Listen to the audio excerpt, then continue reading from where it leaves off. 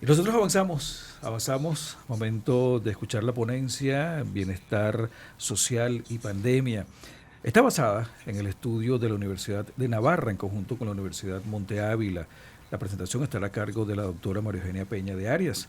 La autora María Eugenia Peña de Arias es licenciada en Comunicación Social, magíster en Artes Liberales, doctora en Ciencias Sociales y Humanidades, directora del Centro de Estudios de Comunicación y profesora de la Escuela de Comunicación Social en la Universidad de Monte Ávila.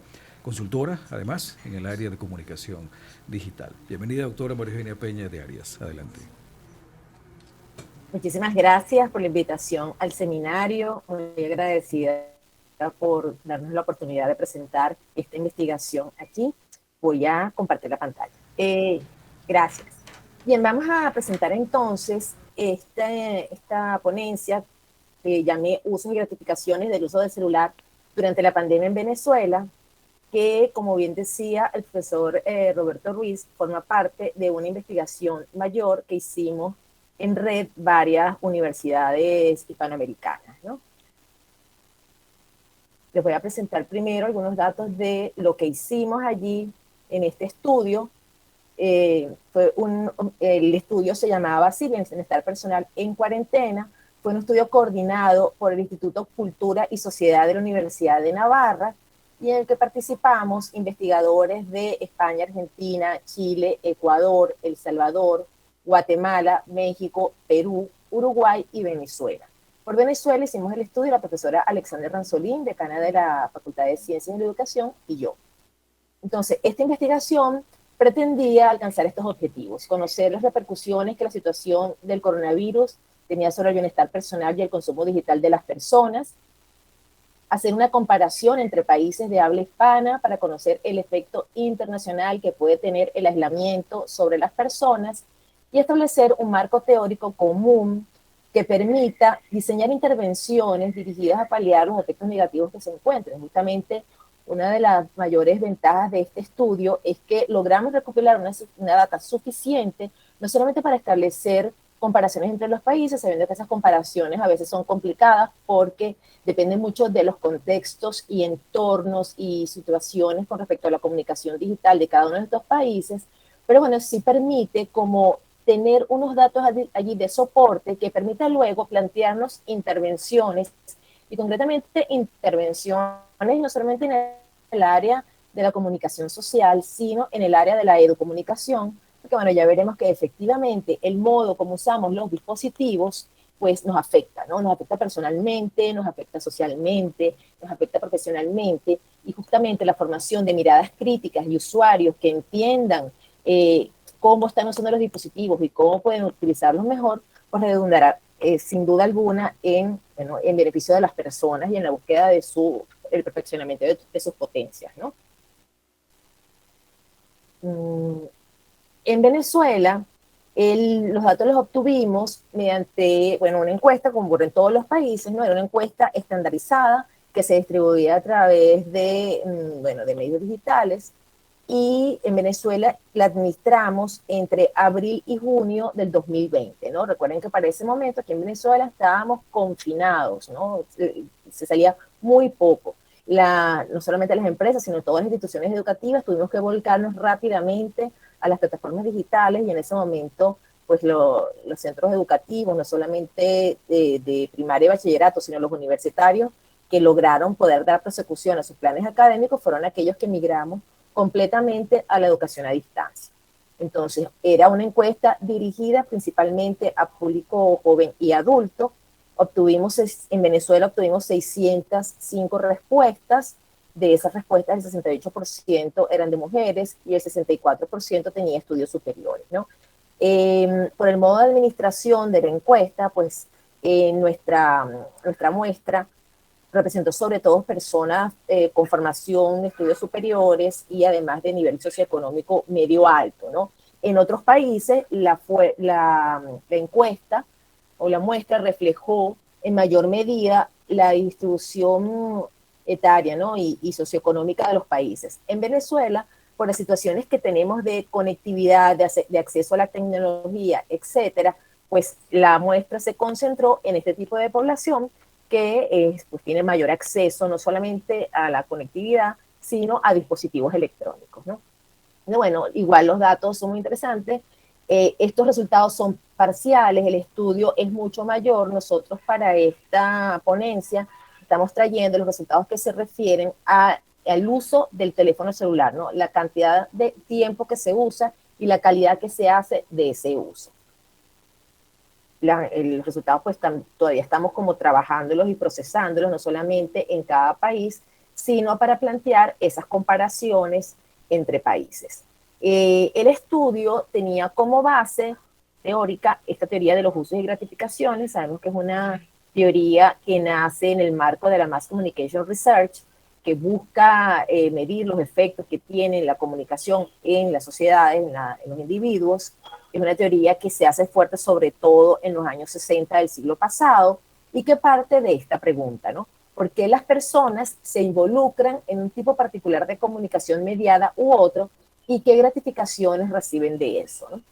En palabras de estos autores, que fueron los que consolidaron, le dieron mayor consolidación a esta teoría, pues ellos señalan que las personas conocen sus necesidades y son capaces de identificar sus fuentes de satisfacción. Y además son capaces de adaptar los medios a la satisfacción de esas necesidades. Esta teoría, bueno, como ocurre con todas las propuestas teóricas, que, bueno, nunca son perfectas, ¿no? Ha sido criticada porque, digamos que esa noción de audiencias activas, pues, bueno, es cuestionada, ¿no? La idea de unas audiencias activas que tienen un comportamiento mediático dirigido a objetivos, ha sido cuestionada, pero bueno, recordemos también que esta teoría nace en el momento en que se empiezan a matizar estos efectos de los medios que se creían absolutos y se empieza a comprender que las personas tampoco que son autómatas y receptores pasivos, ¿no? Es verdad que quizás en esta teoría se exagera un poco ese consumo mediático dirigido a objetivos, pero también es verdad que aunque a veces esos objetivos no son plenamente conscientes para nosotros, pues el hombre es un hombre que se mueve por finalidad, es un ser que se mueve por finalidad. Entonces, también en el uso de los medios, aunque esas finalidades no sean siempre conscientes, pues efectivamente hay unas búsquedas de satisfacción de necesidades que están presentes en esos consumos mediáticos, ¿no? Y además, en esta encuesta, también es un poco lo que plantea esta teoría, se mide es el efecto autopercibido, ¿no? Eso es interesante porque no es una medición del efecto que se ve en el otro, sino el efecto que se ve en uno mismo, ¿no? Y la verdad es que aunque eso a veces ha sido cuestionado también en el marco de la investigación, en este contexto es muy interesante porque estos usos del celular durante la pandemia que estamos presentando, que estamos trayendo esta mañana, son unos usos que las personas reconocen y además unos usos, además problemáticos en algunos casos, que las personas son capaces de percibir por sí mismas, ¿no? En sí mismos además. Entonces, según los planteamientos de esta teoría, los medios de comunicación satisfacen necesidades varias, ¿no? Estas necesidades las podemos agrupar en 5 categorías. Necesidades que tienen que ver con la cognición, es decir, el fortalecimiento de la información y el conocimiento. Luego, necesidades afectivas, es decir, el fortalecimiento de la experiencia estética, placentera y emocional. Necesidades integradoras que tienen que ver con el fortalecimiento de la credibilidad, la confianza, la estabilidad y el estatus. Necesidades que tienen que ver con el fortalecimiento del contacto con la familia, los amigos, el mundo. Y finalmente, necesidades referidas al escape o a la liberación de la tensión, que definen en términos del debilitamiento, del contacto con uno mismo o con los roles sociales propios, ¿no? Es más bien como, bueno, como se señala allí, un evadirse de la situación personal a través de los medios de comunicación, ¿no? Entonces, bajo esta categorización de necesidades fue que trabajamos los datos que nos arrojaron las encuestas. A este tema del uso de los medios de comunicación, en este caso concreto del celular, se ha sumado recientemente un interés por los usos problemáticos de los medios de comunicación, ¿no? Digamos, desde hace unas 2 décadas para acá, las investigaciones vienen apuntando a tratar de determinar, las investigaciones sobre todo desde el punto de vista desde la psicología, ¿no? Están tratando de determinar cuándo el uso de dispositivos se convierte en problemático, ¿no? Esta teoría también fue base para la interpretación de los resultados que obtuvimos, ¿no? Se entiende como uso problemático del celular esa incapacidad para regular su utilización que conlleva consecuencias negativas en la vida diaria. Dentro de esos usos problemáticos, de esa incapacidad para regular la utilización del teléfono, están sentimientos de autodependencia, problemas financieros, conducción arriesgada, uso en áreas prohibidas, interferencia del sueño, actividad física reducida, entre otros, ¿no? Estos son, bueno, usos problemáticos que viene arrojando la investigación que vienen haciendo bajo formas empíricas investigadores de diferentes latitudes, ¿no? Además, también como resultado de esas investigaciones se ha entendido que la mayor dependencia en el uso del teléfono viene asociada al consumo de la televisión en línea, los videojuegos y las redes sociales. Esas tres posibilidades que ofrece la comunicación digital, que se pueden consumir a través del teléfono, son las que exigen el mayor potencial de dependencia. Entonces, para esta investigación, como les decía, se hizo una encuesta de preguntas cerradas que tenía, bueno, varias dimensiones. Como les digo, nosotros en esta presentación estamos planteando solamente los resultados parciales que tienen que ver con el uso del celular, y esos usos a los efectos de esta investigación se agruparon en estos 12 que aparecen aquí en la lámina. Son, digamos que el celular, se les preguntaba a quienes contestaron la encuesta si lo usaban para socializar o comunicarse, informarse, entretenerse, enterarse de lo que otros hacen, organizarse, dejar de pensar en algo que incomoda, realizar compras en línea, expresar o buscar afectos de otras personas, ver pornografía o contenidos similares, hacer seguimiento a la salud o a la actividad física, mejorar en el estudio o profesión, gastar dinero en apuestas o juegos. El uso problemático del celular fue medido mediante esta escala que fue diseñada en una investigación de países asiáticos y que fue adaptada al español por Olax López Fernández, que viene trabajando desde hace mucho tiempo en esta línea de usos problemáticos del celular. Entonces, de esas más de 600 respuestas que tuvimos en Venezuela, pues encontramos los siguientes datos, ¿no? En cuanto a lo que se refiere a la cantidad de uso del celular, recuerden que era una de las dimensiones que medíamos, encontramos que el 46% de los encuestados afirmó que usaba el celular entre 8 y 12 horas diarias, y un 24% incluso más, entre 13 y 20 horas diarias. Estamos hablando de una conectividad casi permanente, ¿no? Y bueno, y entre esas formas en que vemos que las personas están usando este teléfono, pues nos encontramos que sobre todo en los jóvenes es incluso muy raro que lo apaguen durante la noche, ¿no? Quizás en generaciones mayores, generación Y o los boomers, pues todavía se observan prácticas como que, bueno, me acuesto a dormir, apago el teléfono y bueno, le pongo el encendido automático a la hora en que me levanto, por ejemplo, ¿no? Pero en los jóvenes y adolescentes, pues encontramos que raramente pagan el celular. Hablamos de una conexión 24 horas al día en muchos casos, ¿no? De esos encuestados, el 53% dedicó hasta 4 horas diarias a intercambiar mensajes a través de servicios de mensajería, fundamentalmente WhatsApp, que es la plataforma más extendida aquí en Venezuela. El 65% dedicó hasta 4 horas diarias a estar pendiente de las redes sociales, y el 32% dedicó hasta 8 horas diarias al consumo de videojuegos.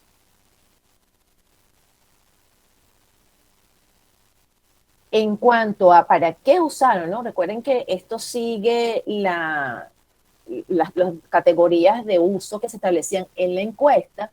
Tenemos que el uso mayoritario fue justamente este de socializar, luego también mejorar en el estudio de la profesión, pero recuerden que para ese momento las clases eran todas a distancia, es decir, que tenía mucho sentido que el celular se utilizara para las clases, porque además al inicio de la pandemia, quienes tenían acceso a un dispositivo en la mayoría de las casas era un teléfono celular, y justo por allí era que tenían que recibir las clases. Por eso muchas veces la educación a distancia en Venezuela, en todos los niveles, se planteó a través de herramientas que eran amigables del celular. Muchas de ellas, por ejemplo, clases por WhatsApp, ¿no? Luego también se fueron incorporando pues, los servicios de videoconferencia o las aulas virtuales, que también tienen pues esas versiones muy amigables del dispositivo, pero digamos que, bueno, que tiene mucho sentido que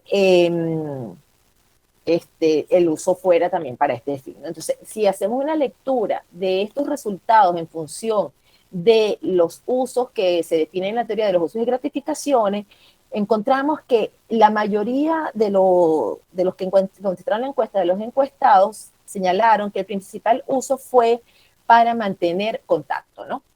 En segundo lugar, para satisfacer necesidades afectivas. En tercer lugar, para satisfacer necesidades integradoras. Y en cuarto lugar, para satisfacer necesidades cognitivas. ¿Esto qué quiere decir? Que, bueno, que esas dimensiones, esas necesidades afectivas son las que predominan sobre las instrumentales.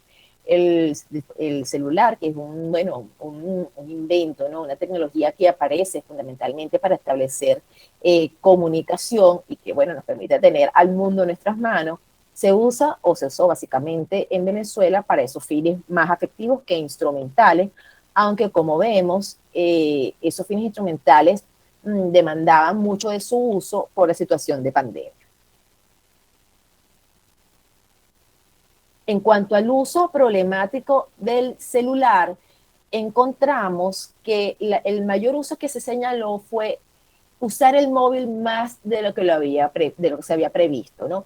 Esto, según las validaciones o las evaluaciones que trae consigo esta escala que utilizamos en el estudio, se refiere a la tolerancia. Es decir, cada vez nos hacemos más tolerantes al teléfono, tanto así que podemos estar conectados, como decíamos al principio, 24 horas al día y en interacción a través de él fundamentalmente, ¿no? Y a veces nos cuesta, ¿no? Nos cuesta vencernos y decir, bueno, hasta aquí lo uso, ¿no? Sino que lo sigo usando. Y el otro uso que también problemático que se vio en nuestros resultados es ese uso utilizado a la abstinencia, es decir, esa dificultad que tenemos para no mirar el celular, ¿no? Aquí en el 38% de los encuestados señalaba, estos son los que dan respuesta de frecuentemente o mucho, ¿no? En una escala de Likert, que era con la que se preguntaba sobre esta dimensión.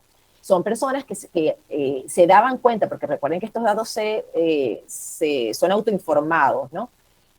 Son aquellas personas que decían que se comprueba constantemente el móvil para no perder conversaciones. O sea, me tengo que sentir que estoy constantemente conectado. Es esa angustia que se siente por no estar enterado de lo que en principio creo yo que debo estar enterado en todo el momento, ¿no? Y luego, la tercera respuesta más frecuente fue sentirse impaciente e inquieto cuando no se tiene el móvil, que, bueno, que hemos visto que efectivamente se considera un uso problemático porque las personas sienten que no conectan con el mundo, que no son capaces de desenvolverse bien si no tienen el teléfono siempre consigo.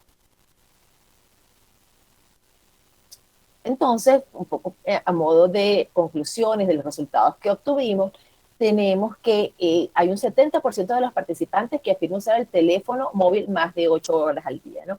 Si consideramos que nosotros le dedicamos más o menos unas 8 horas diarias al trabajo, ¿no? Le dedicamos otras 8 horas diarias en promedio, algunos 6, algunos 7, quizás unos menos, al sueño. Bueno, pues nos damos cuenta de la dimensión que tiene el uso del celular en nuestras vidas, ¿no? Sabemos que es un uso compatible con el trabajo, sabemos que es un uso compatible con tiempo de descanso, incluso a veces se hace un uso compatible, sobre todo lo vemos en los jóvenes, con esas horas de sueño, pero bueno, efectivamente es una conexión bastante constante, ¿no? Entre los usos prevalentes que informaron los encuestados están ver videos y series, ¿no? Así como acceder a redes sociales. Y bueno, y esto habla también del peso que van teniendo los códigos audiovisuales en el consumo mediático. Sabemos que el código audiovisual es por su naturaleza muy atractivo, pero también por su naturaleza es el que quizás dificulta más el ir a la reflexión sobre los contenidos que se ven, ¿no? Porque va directamente a los sentidos, porque deja alojada en nuestra imaginación unas imágenes que a veces son capaces luego de ser conceptualizados y luego no, ¿no? Y bueno, y efectivamente eso habla de lo que nos estamos exponiendo constantemente a hacer ejercicios de reflexión, de conceptualización, de un pensamiento más razonado, ¿no? Luego también que los venezolanos utilizan el dispositivo principalmente para satisfacer la necesidad de mantener contacto con otras personas, las necesidades afectivas privan sobre las necesidades instrumentales, y luego el 41% de los encuestados perciben la pérdida de control del dispositivo, o sea, sienten a veces que es el teléfono el que los domina y no son ellos los que tienen señoría sobre el teléfono, ¿no? Es decir, que es una tecnología que está allí para facilitarnos la vida, pero a veces esa facilidad nos impide tener un total dominio sobre ella. Y luego que el 42% presenta síntomas de uso problemático del celular. Sabemos que no podemos hablar directamente de adicciones porque eso todavía, pues, las investigaciones no permiten hacer esas relaciones tan directas, pero sí se puede hablar de un uso problemático en el sentido en que, como decíamos cuando presentábamos el marco teórico de esta investigación, pues nos cuesta tener control sobre los dispositivos y además el uso de dispositivos nos está impidiendo hacer otras actividades, ¿no? Entonces, bueno, podemos pensar, si le dedico 8 horas al trabajo, le dedico 8 horas al sueño, estoy conectada permanentemente, cuando interactúo de otras maneras con contactos cara a cara o qué tanto tiempo le dedico al ocio que no tiene que ver con consumo de contenidos mediáticos, sino con ejercicios, conversaciones, lectura, etcétera, ¿no? Abrir todas hay unas interrogantes que nosotros no medimos porque medimos sobre todo el uso de la tecnología, pero bueno, sería interesante también verlo a la luz de los tiempos de ocio y cómo se utilizan, ¿no? Ya como para cerrar y a modo de reflexiones, quizás para invitar la conversación en estos minutos que siguen a continuación, pues quería que nos planteáramos algunas líneas que son importantes y que estos resultados nos ayudan a ver como más claramente en lo que se refiere a la formación de miradas críticas, que es uno de los temas que nos reúnen en este seminario, ¿no? Sabemos que la tecnología está allí, que llegó para quedarse, que es buena cuando la utilizamos para nuestro bien, que nos puede afectar negativamente si nosotros lo utilizamos mal, porque al final ella no es ni buen animal, es instrumental, no somos nosotros quienes la hacemos una herramienta útil para nuestro perfeccionamiento o no. Pero en esta idea de formar miradas críticas, pues tendríamos que plantearnos a la luz de estos resultados, primero esa formación en la voluntad, ¿no? La importancia de la educación de la voluntad para fortalecer el autocontrol, ¿no? Seguramente todos los que tenemos hijos en edad escolar en este momento, al regreso de las clases presenciales, luego de, en Venezuela, prácticamente 2 años de educación a distancia, pues nos damos cuenta que los maestros en general reportan la dificultad que tienen los niños para concentrarse, la dificultad de los que tienen los niños para trabajar de modo independiente y sobre todo la dificultad que tienen para no acudir constantemente a los dispositivos. De hecho, algunos colegios pues impiden que se lleven las pantallas, en otros, bueno, las limitan en unos horarios. Pero bueno, sabemos que al final el tema no va tanto por las restricciones, que efectivamente hay que tomar también medidas en cuanto al tiempo de exposición, lógicamente, sobre todo en niños y adolescentes, ¿no? Pero sobre todo en la importancia de formar la voluntad, ¿no? Que al final, bueno, las tecnologías de comunicación e información nos acompañan en el mundo desde hace muchísimos años. Estas, bueno, tienen además la posibilidad de estar constantemente con nosotros porque los tenemos al alcance de la mano. Allí al final lo que resulta fundamental, importante e inaplazable es la educación de la voluntad, ¿no? Una dimensión muy importante en la vida de las personas que es posible formar, pero que necesita por una parte el compromiso personal de esa formación y por otra parte el compromiso de los formadores, padres, maestros, profesores, incluso medios de comunicación para esa formación, ¿no? Bueno, como decía también que está aquí al principio, la importancia de ser conscientes de los tiempos de exposición a los dispositivos y en el caso de niños y adolescentes, pues establecer pactos de consumo con ellos, ¿no? No se trata solamente de no los puedes usar, sino más bien formar en el uso y además diversificar ese tiempo que se tiene de ocio e incluso también para el estudio, ¿no? Acudir a otras fuentes de información para que, bueno, que ellos vean la diversidad y la riqueza que tiene el mundo más allá de lo mediático y también sean capaces de aprovecharlos para su formación. Yo creo que hay una dimensión que es muy importante, que es capitalizar lo que aprendimos en pandemia en cuanto a los usos instrumentales del celular y otros dispositivos, ¿no? Antes de la pandemia, esos usos eran sobre todo, bueno, afectivos, como veíamos allí. En la pandemia tuvimos oportunidad de incrementar los usos instrumentales y enseñar a usar los dispositivos con fines académicos, con fines de buscar información, etc. Luego de la pandemia, corremos el riesgo de que de nuevo la educación vaya por vías solamente físicas, ¿no? Y no se utilice los medios digitales. De hecho, yo no sé qué impresión tienen ustedes, pero de nuevo, estábamos tan ansiosos de volver a la educación presencial que parece que estamos a punto de olvidar y de desaprovechar las ventajas que tiene la formación a distancia, ¿no? Creo que todos los centros educativos tendríamos que hacer mayores esfuerzos para tener planes híbridos, ¿no? No solamente dentro de nuestros programas formales, sino también a través de otros programas, de manera de que podamos seguir formando a nuestros jóvenes, niños, adolescentes en un uso más consciente, más productivo de los medios, de los dispositivos electrónicos, ¿no? Y luego para formar también en unos usos lúdicos que también sean más acordes a lo que se necesita para descansar, para crecer, para fortalecer la capacidad de crear, ¿no? La creatividad, para desarrollar la imaginación. Luego, también recordar la importancia de elegir los medios apropiados según los interlocutores y los mensajes, ¿no? Durante 2 años de confinamiento, porque en Venezuela el confinamiento fue muy, muy, muy largo, durante esos años volcamos toda nuestra sociabilidad a los medios digitales, ¿no?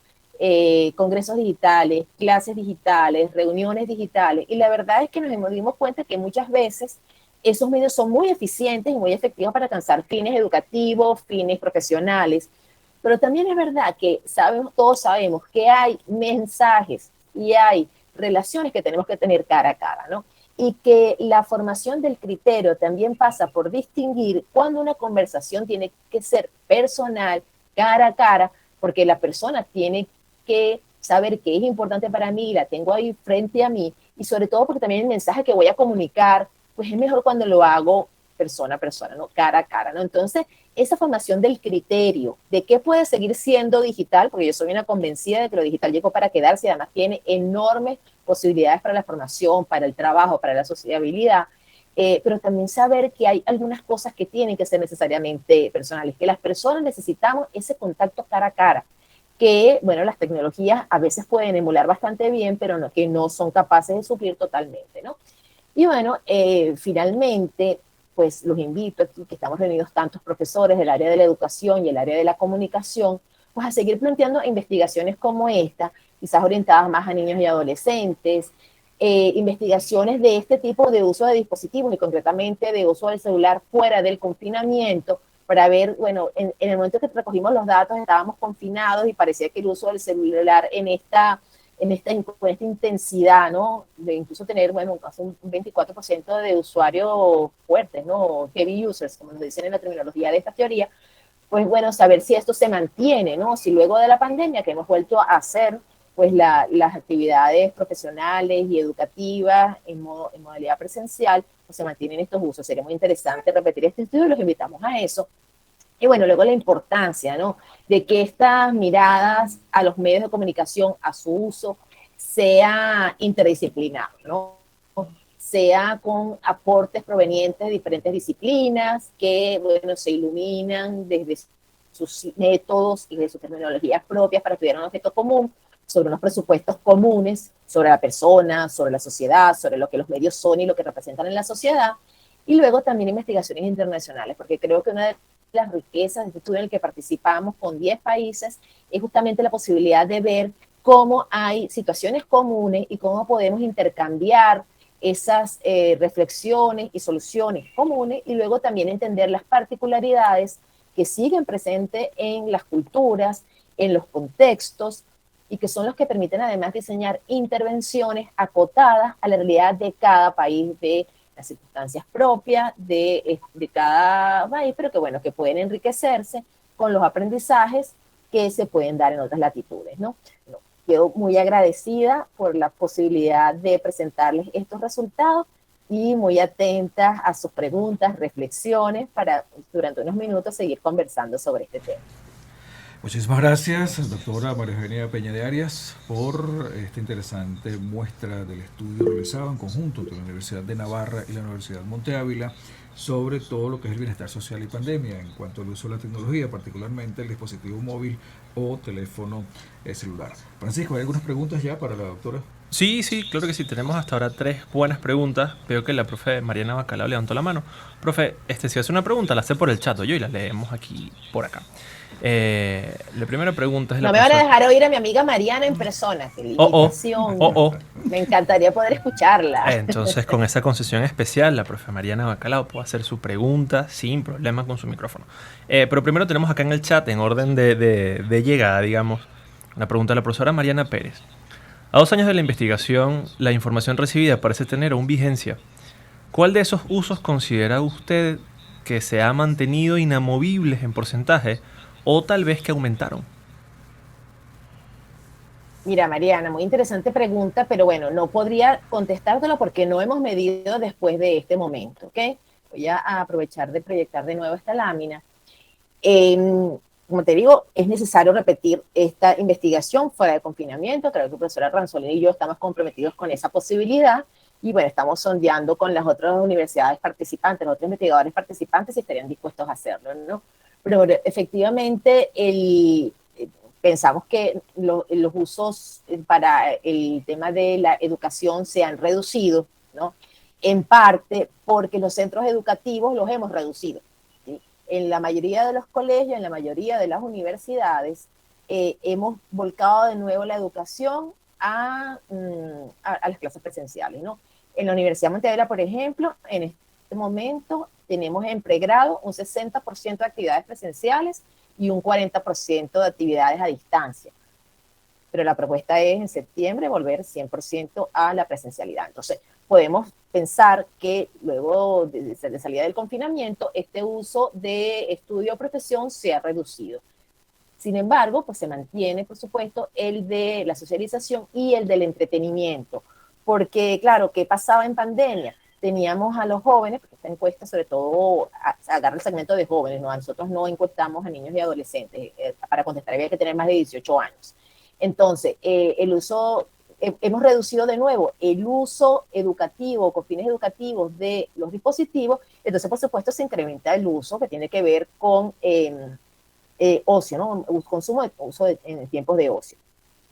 Los maratones de serie, los videojuegos, etcétera, que al final, bueno, son usos muy válidos, porque además todos disfrutamos de una buena serie, todos disfrutamos de una buena película con nuestra familia, pero también es verdad que tenemos que formar en unos usos más cercanos a, bueno, a ese ocio que nos hace mejor, ¿no? Sabemos que hay un ocio que nos hace bien porque no solamente nos ayuda a descansar, sino nos ayuda a pensar, nos ayuda a desarrollar la imaginación, y hay unos usos lúdicos o para el entretenimiento que a veces dificultan eso, ¿no? ¿El punto está en evitarlo completamente? No, el punto está en hacer una buena mezcla de posibilidades a la hora de entretenernos de manera que también descansando crezcamos como personas.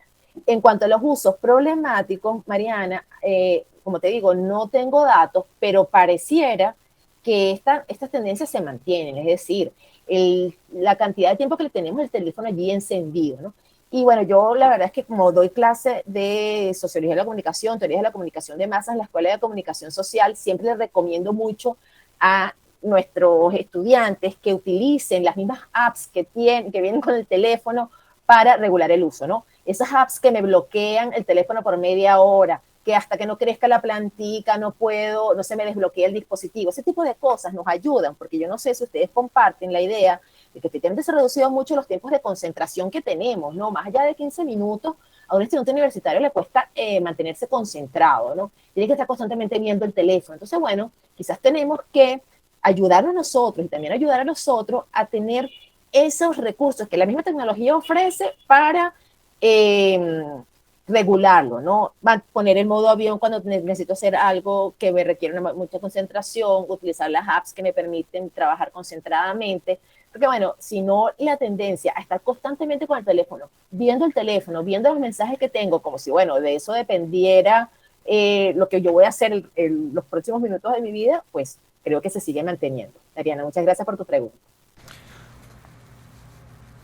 Buenísimo, muchas gracias, profe. Ahora, bueno, si la profe Mariana Bacalao quiere hacer su pregunta por micrófono, ya que tiene su permiso especial, también puede hacerlo. Ah, buenísimo, gracias. Yo estaba escribiendo toda la pregunta ya por el chat. Me sorprenden en esto. Bueno, pero aprovecho y lo hago por acá. Era simplemente para más coincidir y felicitar este estudio y contar un poco que en un estudio que realizamos entre enero y febrero, y esto además que con respecto a la pregunta de Mariana Pérez, en un estudio que realizamos, que además lo vamos a exponer mañana, que fue específicamente entre jóvenes estudiantes de tercer año de educación media general, apareció literalmente esa creación, esa conciencia de rechazo además de los jóvenes al uso ilimitado y a estar conectados ilimitadamente durante muchísimas horas, porque en opinión de ellos, y cito, o sea, ellos dicen que caen en el hueco, caen en la zanja y que eso les roba la posibilidad de tener unas vidas más sanas.